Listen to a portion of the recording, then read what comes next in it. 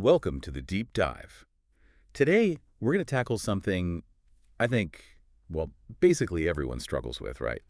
That feeling of never having enough time. Mm-hmm. Even though, we all get the same 24 hours, it's not about more time, is it? It's really about how we use the time we've got. Exactly. And this deep dive, we've tailored it specifically to help you navigate that exact challenge. Yeah, that's really our mission here. We've taken this really insightful guide, Mastering Your Minutes, and pulled out the most practical, the most actionable strategies for you. Think of it like a shortcut. Pretty much a shortcut to getting clear, implementable ideas for managing your time well without, having to read the whole thing yourself. Okay, let's dive in then. We all kind of know prioritization is foundational. It's the bedrock, really. Right. But I think for a lot of us, the struggle isn't knowing what's important, it's the doing it. Actually prioritizing when, urgent stuff is constantly popping up. Yeah. How does mastering your minutes help with that? Well, it starts with this really useful framework, the Eisenhower Matrix. I'm sure many listeners have heard of it. Yeah, the four boxes. Urgent, important. Exactly. You've got urgent and important, important but not urgent but not important, and then the not urgent and not important pile. Right. But what mastering your minutes really drills down on is the massive impact of focusing on that important but not urgent box. Okay. Why that one specifically? Because, the source argues, those are the tasks that really drive long-term progress. Things like strategic planning, maybe learning a new skill, building important relationships. The stuff that doesn't have a deadline screaming at you. Precisely. And because they lack that immediate urgency, they're often the first things we push aside. Even though, they're crucial for where we want to go long-term. That makes sense. They promise future rewards, but today's fire needs putting out first. So what's the real downside? The cost of constantly letting those slide. Well, the source paints a pretty clear picture. The cost is basically ending up in a constant state of reaction, firefighting all the time. Okay. By neglecting quadrant 2, the important but not urgent stuff, you're kind of ensuring that more things will eventually blow up into quadrant 1 crises, urgent and important. Oh, so it's about preventing future fires, essentially. Exactly. It was proactive crisis prevention. Yeah. The guide really emphasizes that dedicating consistent time, even if it's small blocks, to these kinds of tasks is probably the most effective way to shift from just, managing your day to actually designing your future. That's a really powerful way to look at it. Okay, so let's say we've got a better handle on what to prioritize. The next big hurdle, for me anyway, is actually carving out the time. My calendar often feels, chaotic, full of meetings, interruptions. What does mastering your minutes suggest for, proactively controlling the schedule? Yeah, that leads right into strategic scheduling. The guide is a big proponent of time blocking. Time blocking. And it's pretty much what it sounds like. Literally scheduling specific blocks of time in your calendar for specific tasks. But here's the key part. The source stresses. Go ahead. You have to treat these blocks like real appointments, like unmissable, non-negotiable meetings. Not just a hopeful intention on your calendar. Right, not just a suggestion to yourself. Exactly. It's a commitment. And this is especially powerful for deep work, creative stuff, anything that needs real sustained focus. You're basically protecting your best mental energy. I can definitely see how treating them like actual appointments would make a huge difference. Yeah. Okay, but what about all those little bitty tasks, the emails, the quick calls, the things that seem to just pop up and pull you away? Yeah. That's where another technique comes in, one that works really well with time blocking.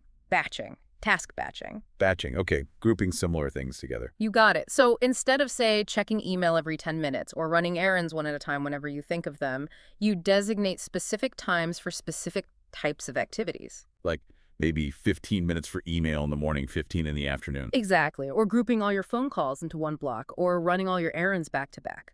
The guide calls constant context switching, jumping between different kinds of tasks, a major productivity killer. Oh, I feel that kind of mental whiplash. Yeah. It explains that your brain basically experiences this cognitive hangover when it has to keep shifting gears. Batching really minimizes that friction, that mental cost. That cognitive hangover that perfectly describes it. Okay, so we've prioritized using the matrix. We're scheduling proactively with time blocking and batching to cut down on that friction. But what about the giant obstacle? Distractions. The big one. Phones, social media, notifications. Yeah. They feel like these constant sirens trying to pull us off course. What does the source say is the most effective way to build a real focus zone? The guide gives some very practical, almost low-tech tips here. It's less about sheer willpower, which, let's face it, often fails, Tell me about it. and more about designing your environment. So simple actions like putting your phone on silent, and not just silent, but face down, or even better, putting it in another room altogether. Making it harder to reach. Exactly. On your computer, it's about closing all those extra browser tabs that aren't related to the task at hand. The core idea, the source really highlights this, is making it physically harder to give in to the distraction. Adding friction to the distraction itself. That's clever. Yeah, by doing that, you just naturally increase your chances of staying on task. Okay, that makes a lot of sense. Build a barrier. So, moving beyond just managing the clock, what about setting realistic goals? I know I'm guilty of making these massive to-do lists that just feel impossible by lunchtime. How does mastering your minutes address that to, avoid burnout and keep motivation up? Yeah, that's a super common trap, isn't it? The guide actually offers some slightly counterintuitive advice here. It says to actively resist that urge to overload your daily list.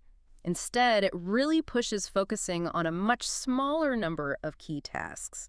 The suggestion is often something like just 3-5 for the day. Only 3 to 5. That feels manageable. Right. And the psychology behind it is powerful. That feeling of actually completing a shorter, focused list.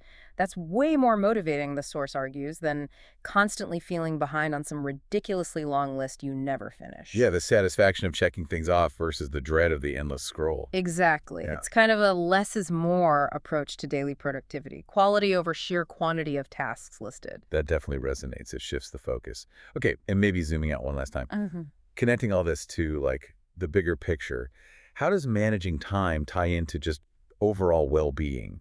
It's got to be more than just ticking boxes during work hours, right? Oh, absolutely. It's deeply connected. The source actually spends a good bit of time on the importance of having a solid wind-down routine at the end of the day. A wind-down routine. Yeah. Actually, how does that fit in? Well, it's not directly about work productivity in that moment, but it's presented as crucial for ensuring you get quality rest and you mentally disengage from the day's demands. Ah, so it preps you for the next day. Precisely. It explains that a refreshed mind is simply a more focused, more effective mind.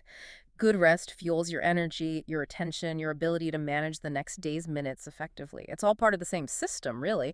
Designing your whole day, not just the 9 to 5 bit, for sustainable energy and well-being. It's all interconnected. Ah. Okay, so just to quickly recap the really practical stuff we've pulled out. We talked about getting clear on priorities with that Eisenhower matrix. Right, separating the urgent from the truly important. Then taking control of your schedule, using time blocking those non-negotiable appointments with yourself, and batching similar tasks to cut down on that context switching. Minimizing that mental friction, yeah. Then, actively creating focus zones by making distractions harder to access. And finally, setting those realistic daily goals, maybe just 3 to 5 key things, to stay motivated and avoid burnout. That's a great summary.